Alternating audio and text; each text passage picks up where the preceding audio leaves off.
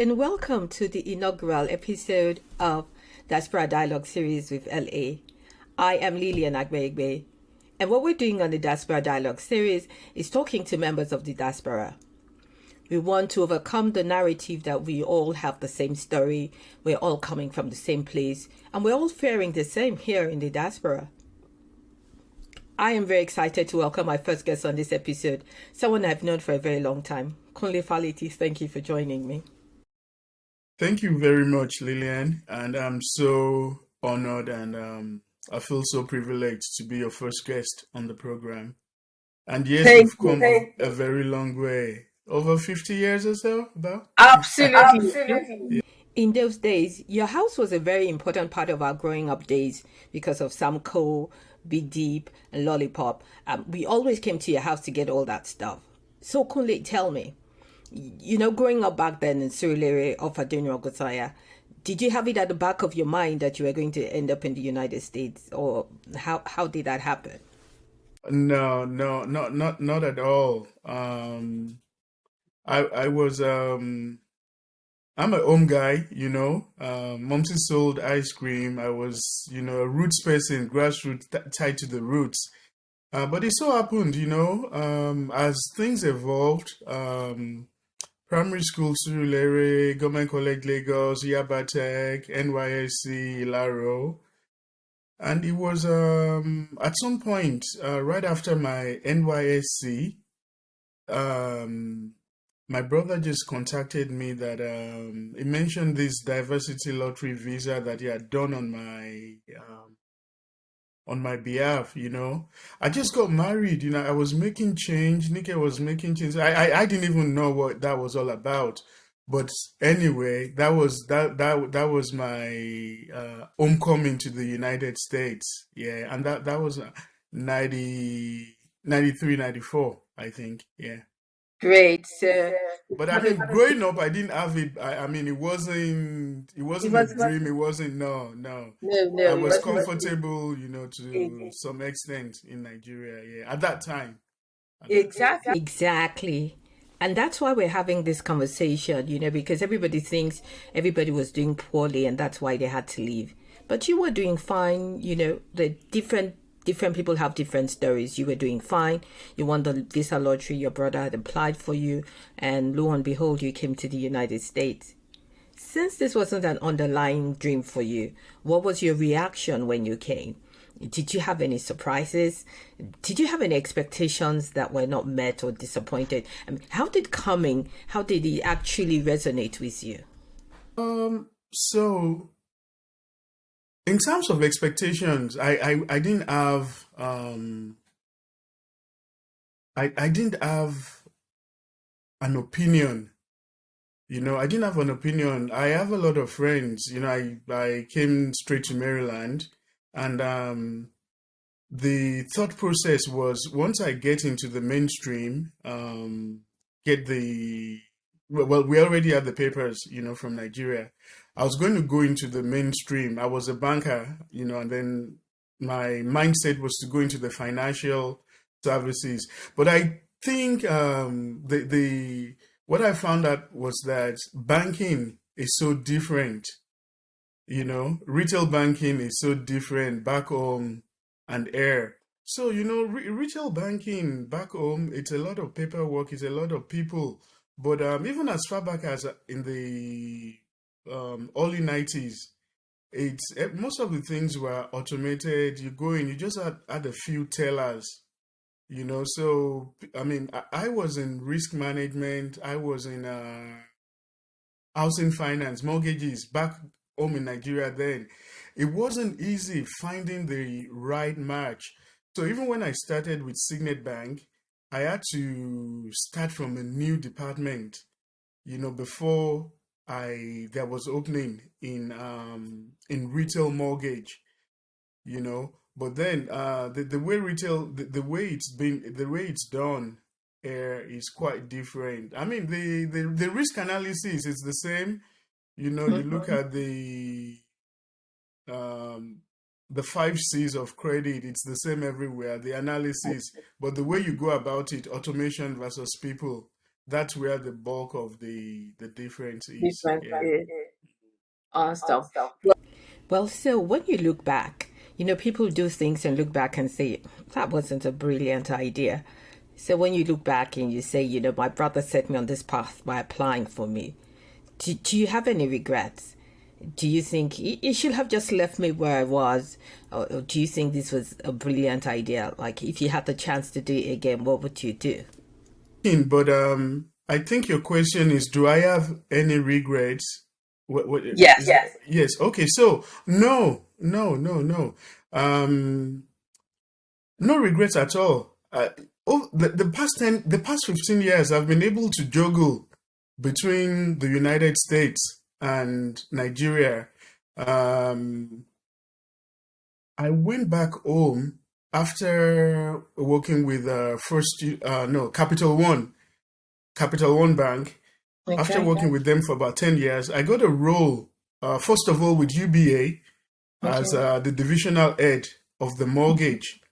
I spent 12 calendar months there, and then I joined Diamond Bank Mm. as the CEO of the mortgage subsidiary of Diamond Bank, Diamond Mortgages. And a little bit after, I went to Union Homes as the Okay. chief risk officer, you know. So, and after the second consolidation, I came back to my job in the United States.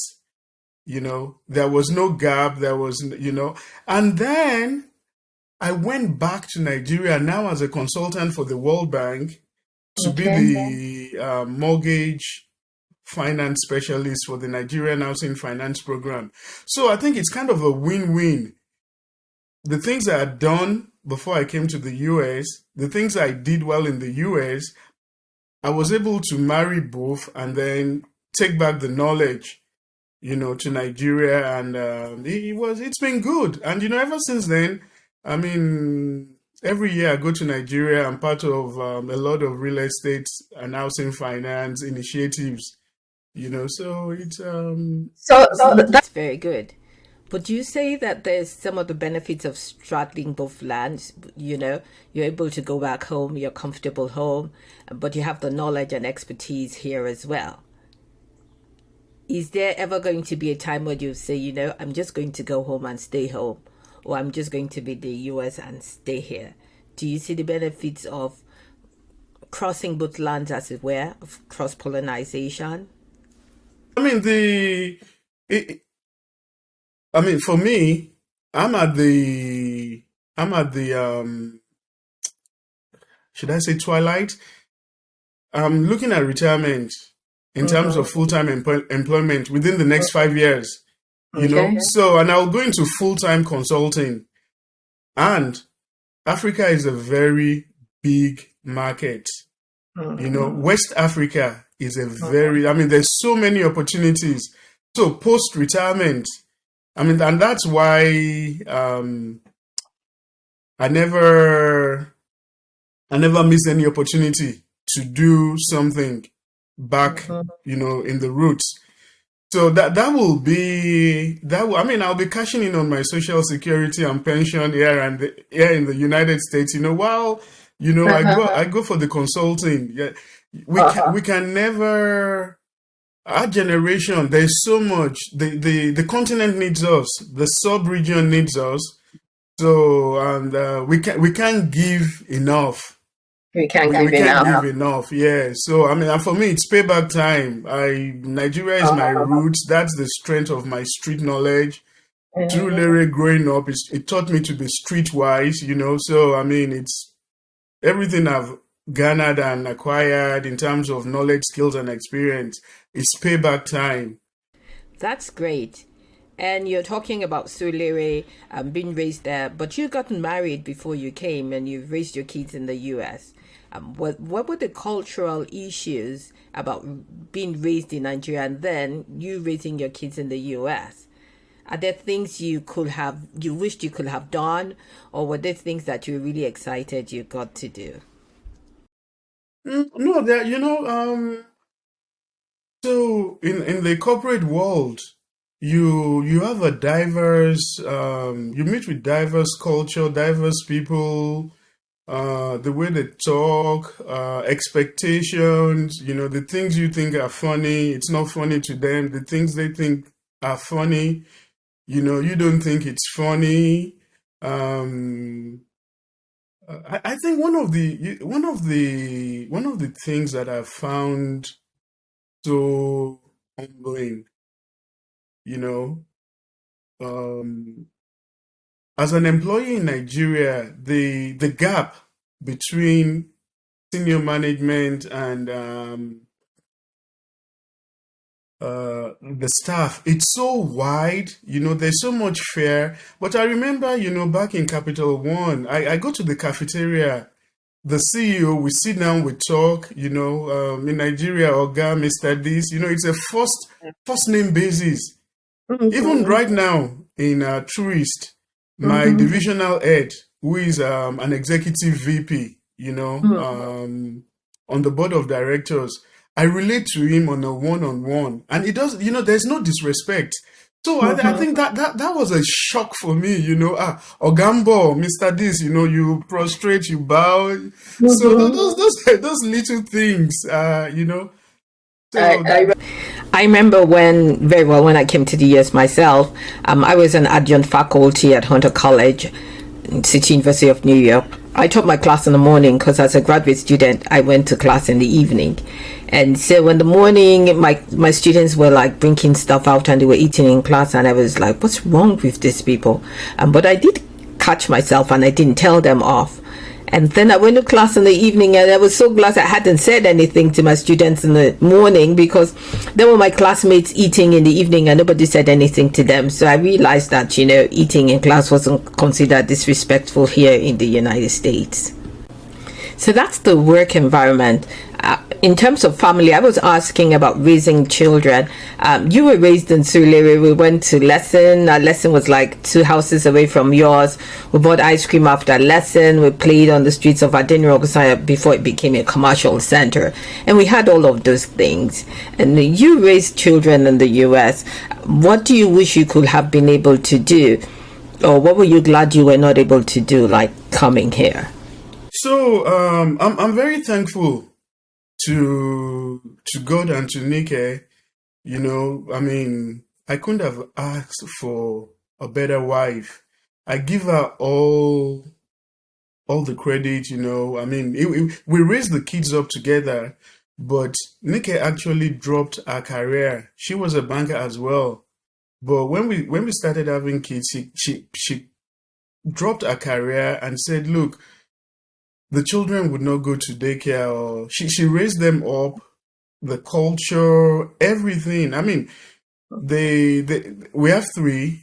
They have like 3 years in between them, and they don't call each other first name basis. She imbibed that cultural, but sister Dami Brakeje. So I give that credit to Nike. They understand Yoruba. She did that 100%. I mean, they still speak their Yankee whatever, but I mean, when they were even younger, if we want to admonish them or chide them, just talk to them in Yoruba. Pé kí ló ń ṣe ẹ́? They understood, even the facial expression. It's not all about speaking. If myself or Nike should look at them in the eye, they got the message. So I mean, even household chores, they started doing it at a very young age. The youngest, after eating dinner, will do the dishes. So I'm thankful that that part of raising them up, Nike, she did a good job. And they're all grown up now. We're now empty nesters. They've been to Nigeria by themselves twice. They like it. And while I was in Nigeria, I told you about the engagements. yeah. They attended school. They were there for 2.5, 3 years. Oh, that's They went to Green Spring. So they've seen both sides, and okay. they really appreciate it. And they've got friends they made, in those 3 years. And like I said, they've been there by themselves. In fact, KJ just came back from Ghana last Mm-hmm. month. Wow. It went 2 years ago. It went last year. So they like Africa. They're positive about That's Africa and and what it brings, and they realize the challenges. mm-hmm. Yeah, and every That's opportunity in their network, they actually project Nigeria that look, things are not really that bad. Like, so I mean, I thank God. I thank God for it. So they've seen both that's sides, and I won't tell them, it's up to them what they're going to do in future, mhm. whether, but they're pro Africa. They are That's pro Africa. awesome. Yeah. That's awesome. And kudos to Nika, like you're saying, because the children that are growing up in Nigeria right now who can't even speak the language. So the fact that you guys came here and she helped and made sure that they kept the culture and kept the language, that's really remarkable. Listen to this, Lillian. When they came to Nigeria, they were, I mean, like their first month,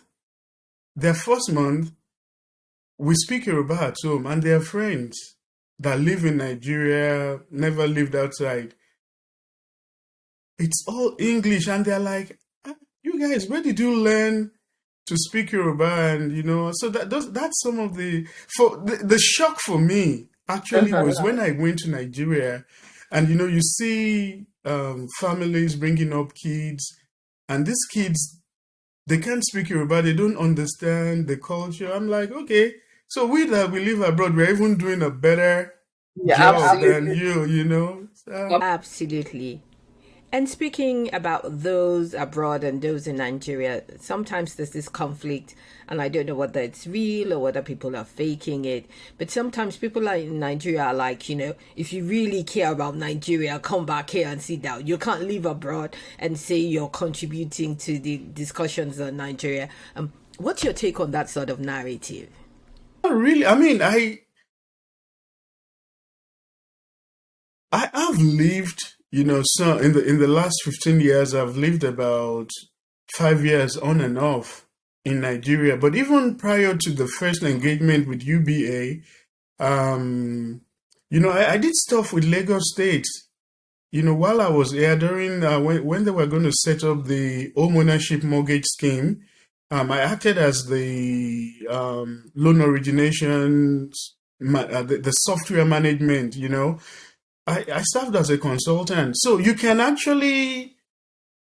have to be physically on ground to make an impact. I mean, lots of Nigerians, especially the guys in the medical field, I know doctors every year they go to the west, the east, the north, they pay the bills, they take the Medical equipment and malpractice. everything. They do surgery pro bono, so I mean, you don't have to be there physically. It's all about the will and having the grace and the interest, so you can make a positive impact, whilst you're still in diaspora. You don't have to, Absolutely. yeah, you don't have to, I mean, take your bags and say, oh, I mean, if you want to go into politics, it's a different ball game. It requires you Mm-hmm. to be on ground. If you want political appointments, it's who they see, they relate Mm-hmm. with. So, but if you just want to, I mean, impact your area of specialty, or then you can do it from here. Absolutely. I think it's important for us to continue to have these conversations. We're not competing with ourselves. If we have skills, knowledge, and competences that can benefit our home country and our colleagues, then we should be able to share them. It's not a case of one person is better than the other. It's just we're working for collective good of the country. Yeah, I agree with you, and I think that's why I identify with. I think Nigeria. There's an agency that Abike Dabiri heads. It's Yeah. something to Nigerian do with diaspora. diaspora. Yeah, I think it might seem like a small agency, but if it is fully, I mean the potential is it's so. I mean what it can do. It's enormous. and Wow. what it can do, it's so enormous. So I identify with that agency, and I hope that it will be able to reach its potential sooner than later. Because Yes. Nigerians are everywhere, as you know. Diaspora is huge. Asia, Latin America.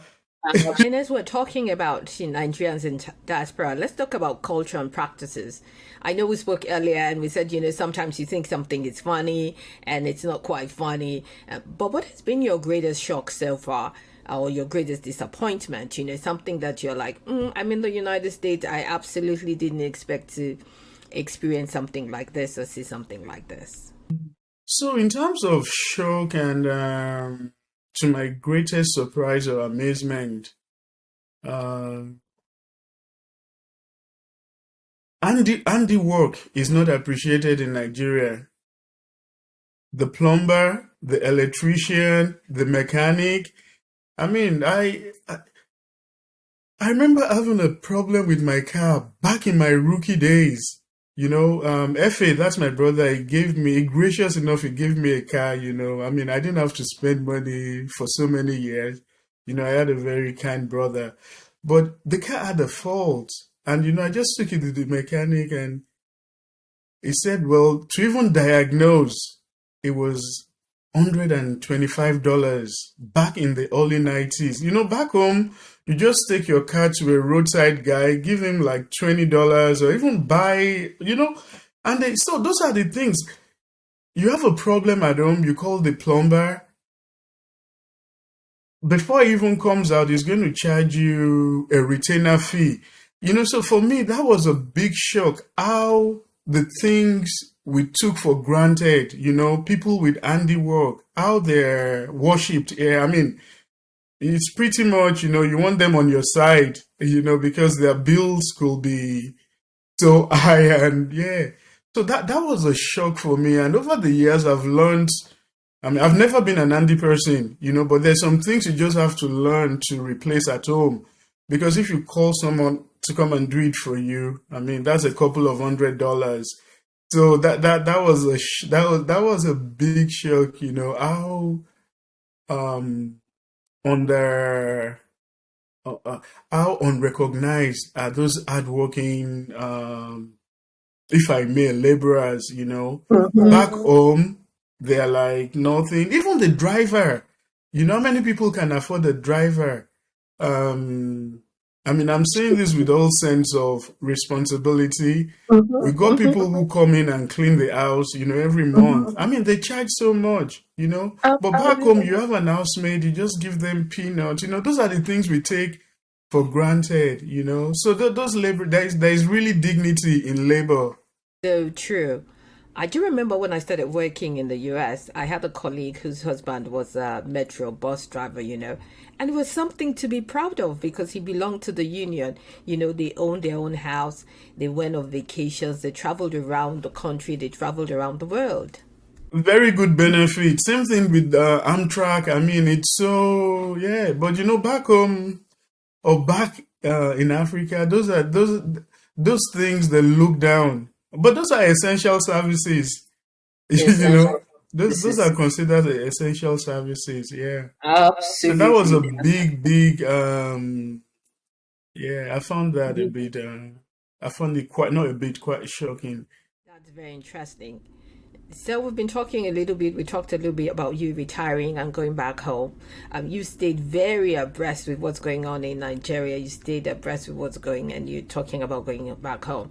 But how do you interact with the Nigerian community here in the US? How do you stay connected with the diaspora? Oh, so being a socialite. um so they are the friends, you have your friends of orientation, those you grew up with together. You have those you went to school with, um and then you have Africans from work. I have friends from Cameroon, from Ghana. When they have their um, annual event. They invite us out. And, for many years, for many, many, many years, whilst I, I lived in Howard County for about 20 years, Howard County in Colombia. And we had the only African shop in Colombia back then. So it brought in a lot of traffic, So for me, it was like I never even left Nigeria. Nike was selling food stuff, arts and crafts and all that. So that was also kind of a meeting point. From the shop, we graduated to having like a small event place on top, where people came in, they had events and all that. So I've always been at the forefront of networking, if I may. That's awesome. That's awesome. Contributing to the community here as well. What would you say has been your greatest challenge? And how did you overcome it? I remember when my younger daughter was born here in the US. And I just used to be amazed at how I did it because I would wake up in the morning and I would drive to go and drop her off at the daycare, which was like in the opposite direction from where I worked.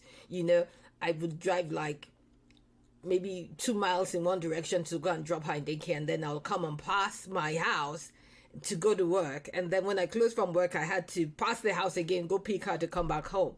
But in Nigeria, you had the cook, you had the cleaner, you had the driver, you had, so that was a challenge, just something. What was sort of been your challenge and how did you overcome it? So, I didn't have a challenge in that regard. Again, it was a mindset thing. I knew nobody was going to do it for me. I found things challenging. Credit. There was a time I ran my credit card bills, like it was max. And my scores went down, and it affected a lot of things. Even when I was going to buy a car on credit, the interest rate wasn't the best.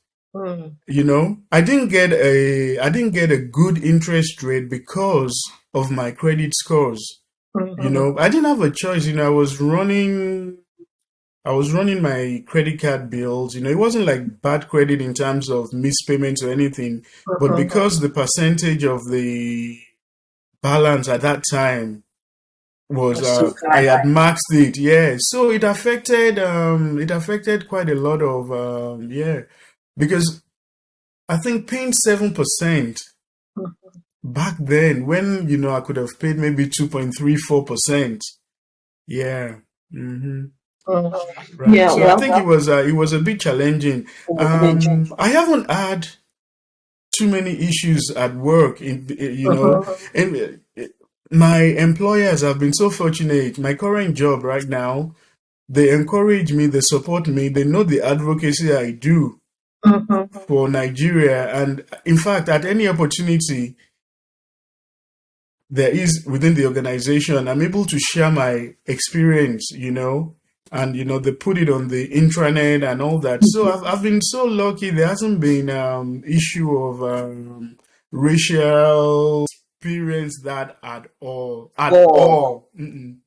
Wow. In all my All your years, all the different organizations you've worked I've in. worked with, rather And they've been very. I mean, look at it this way.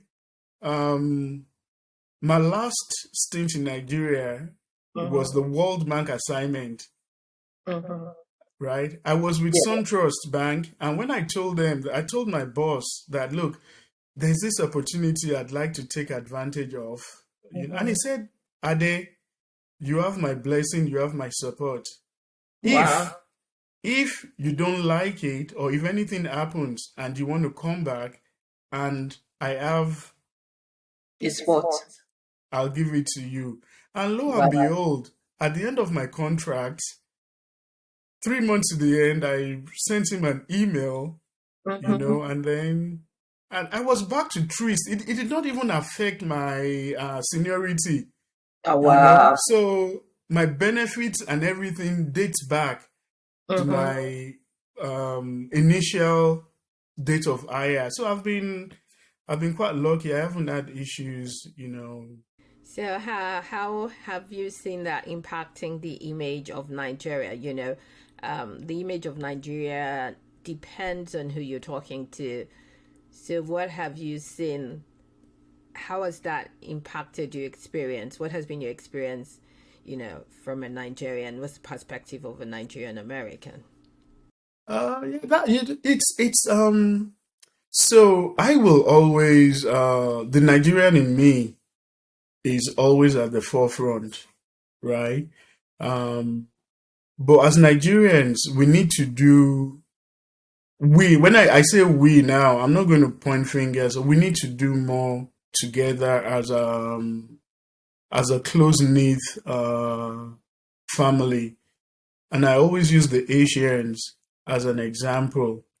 Um, in the real estate world, if a Chinese wants to buy a property, the realtor is going to be Chinese, the settlement attorney is going to be Chinese, the title company is going to be Chinese, the loan officer is going to be Chinese.